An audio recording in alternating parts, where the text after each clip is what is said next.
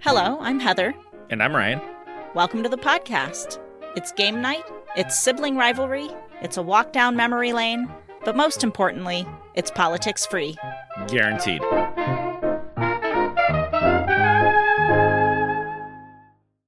Welcome to round 4 of Stuff Happens on the Politics Free podcast. Here's how it works. We have a set of cards. On each card is described a horrible situation, which is ranked on a misery index from 1 least miserable to 100 most miserable. I'll rank 3 cards in the order of their misery index number, and then Ryan will have to correctly place a 4th card into that sequence. Then we'll turn it around, and it'll be my turn. Whoever's guess is most accurate wins the Gloating Rights Trophy. Ryan. Until we play again. That's right. Ryan, are you ready for your cards? Yes. Excellent. Card number 1, Parasite in Brain, 85.1. Smell like a fart for the rest of your life, 77.5. I feel like that would be higher. I find that hilarious.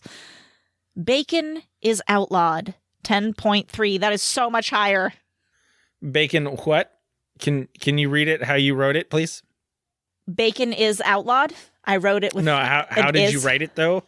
In the notes? Could you read that again? Well, I corrected it on my end, so I simply don't remember. Oh, on this side it says bacon in outlawed. 10.3. Bacon in outlawed.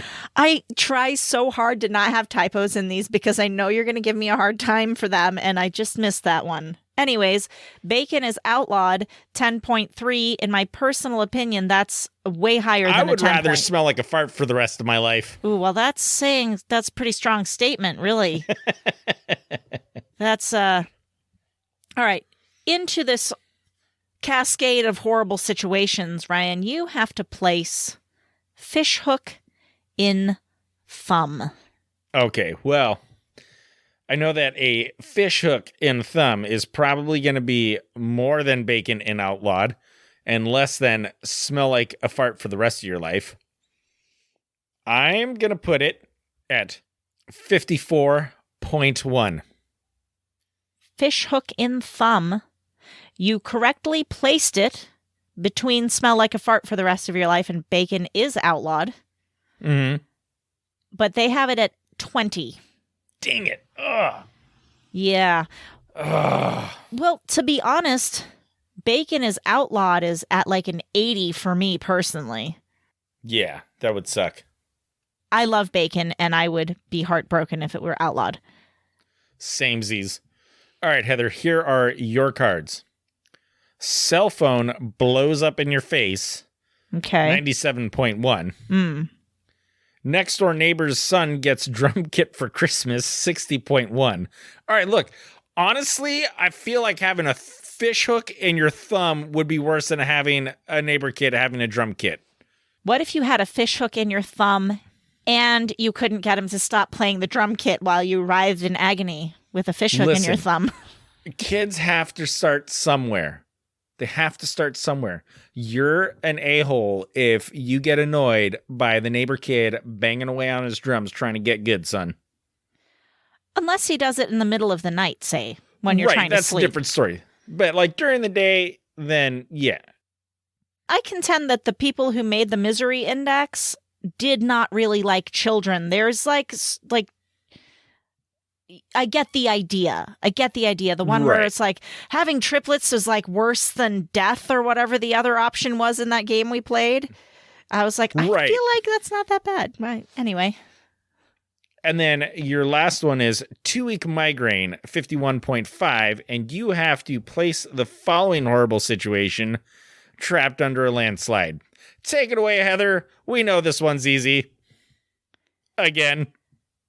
You think that trapped under a landslide just slots somewhere very directly in here? Absolutely. You think it's the worst one. You think it's at the top of the list. It has to be. Well, let's think about this. If my cell phone blows up in my face, my looks are ruined for life. And? It doesn't make that much of a difference. If I'm trapped under a landslide, at least I'll die. Do you see what I'm saying? I feel like death would be the worst I don't know. of the ones put up here. At least a cell phone blowing up in your face, you get to continue living. Even if your face is mangled, more mangled than it already is. Ryan, when you're as good looking as this.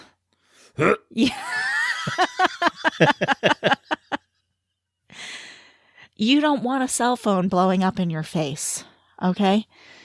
2-week migraine. Now, I've had a couple of migraines. I don't have, I know some people have like chronic migraines, but 2-week migraine. I feel like it would be worse than that. I feel like it would be worse than that too. I would probably take a 2-week migraine over being trapped under a landslide, though, because the chances of dying there are quite high. I honestly don't know if cell phone blows up in your face. Wait a minute. Now, wait a minute, Ryan. Okay, I'm waiting. What do we mean by blow up? Because if my post just blew up on Insta and that's blowing up in my face, I'm happy. I like your optimism. I'm happy. Oh my gosh, my phone is blowing up. Look at all these notifications. See, that's why I don't check my notifications. I just let them build up till I have like 30 text messages like, oh, my phone's blowing up.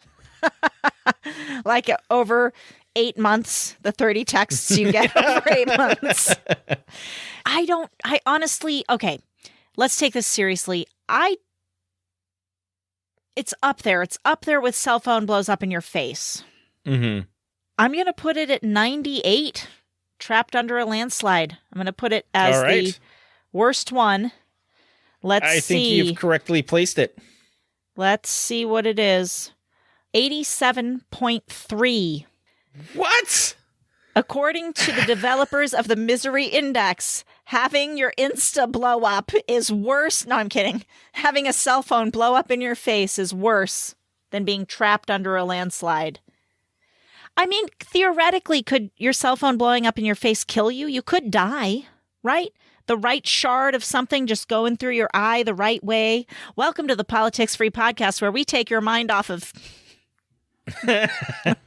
What now exactly? I can't remember. I don't know, Heather. I don't know anymore. I don't understand this game sometimes. All I know is I lost by a landslide. No, you didn't lose. We only use that as a tiebreaker if we both place it correctly. The winner is the one who correctly places it in order, because that's how you properly play the game. Oh, I didn't know that. Yeah, so you won that round. Oh, sweet. I'm awesome. Listen, I actually lost track of the score. It's 2-2 now, isn't it? Is it 2-2? Yes, I believe it's 2-2. Phenomenal. You know what the fish hook reminds me of, though? What's that? It reminds me of one of the first times I went fishing. How'd that go? Not well. I got a fish on the hook, and you always see, like, the cartoons, how they whip the pole, and they just whip the fish right out of the water. Uh-huh. And I thought that's what I was supposed to do, so I whipped the pole back, and I just ripped the hook right out of the fish. And then what happened? And then I didn't catch a fish. And I felt terrible because I maimed a fish, probably. Oh, he probably got better. Somebody else caught him later. Or a bigger fish ate true. him. Who knows? We went fishing in Alaska, and we caught a salmon that had looked like it had narrowly escaped death, because it had these 3 scratches on its back, like fresh scratches, like a seal had tried to catch it. And then it ended up getting caught and died anyway. A friend of mine caught a mouse in a trap, not the kind of trap that kills the mouse, just the one that catches the mouse. Uh-huh. And she walked out into a field across the road from her house and let the mouse go in the field. And it ran right back into the house? Well, no, as it was running, a hawk swooped down and snagged it up. She was like, hey. I was like, it's just as well the mouse would have come back in your house. Yeah, you know what's funny is with mice, you're supposed to, like, if you do, like, live catches, you're supposed to release them 5 miles away from any residential living places. Interesting. Because they will just find the nearest home. Yeah. Look, should I admit that we just use mouse killing traps when we have a mouse problem? So when we first moved into this place, we had a bit of a mouse problem. Mm-hmm. And I was in the kitchen one day, and this mouse comes out from behind the microwave, and I went, oh my God. And then it ran back behind the microwave, and the microwave's like in the very corner like of the counter, right? So it didn't come out from behind the microwave. I knew it was behind the microwave. And I called Rebecca over.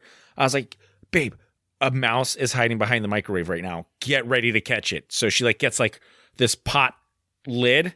She's got a pot lid and I've got a pot lid, right? And we're going to try and catch this thing. So I reach over and I grab the microwave and I scoot it and it darts out and it's over the stove. And then Rebecca and I like just lose our minds and we're sitting there like jamming the pot lids, like trying to like just smash this mouse. We're just like bang, bang, bang, bang, bang, just the two of us. And like stuff's like falling off the stove and like crashing down on top of the stove. This mouse is just like jumping around, like avoiding all our shots. And we eventually caught it. That could have been out of an animated film right there. Yes, it was I so completely freaking cartoonized ridiculous. you guys in my imagination listening to that story. Well, one time we had a little mouse. I saw it dart as we were all sitting around watching TV one night. And I said to Mike, oh, there's a mouse.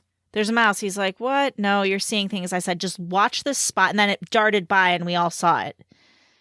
And he said, okay, well, you get the girls to bed because it was bedtime anyway. I went up and I got the girls to bed and I went to bed and I texted him and I said, did you get the mouse? And he texted me back, I'm the king. Which I took to mean, yes, all handled.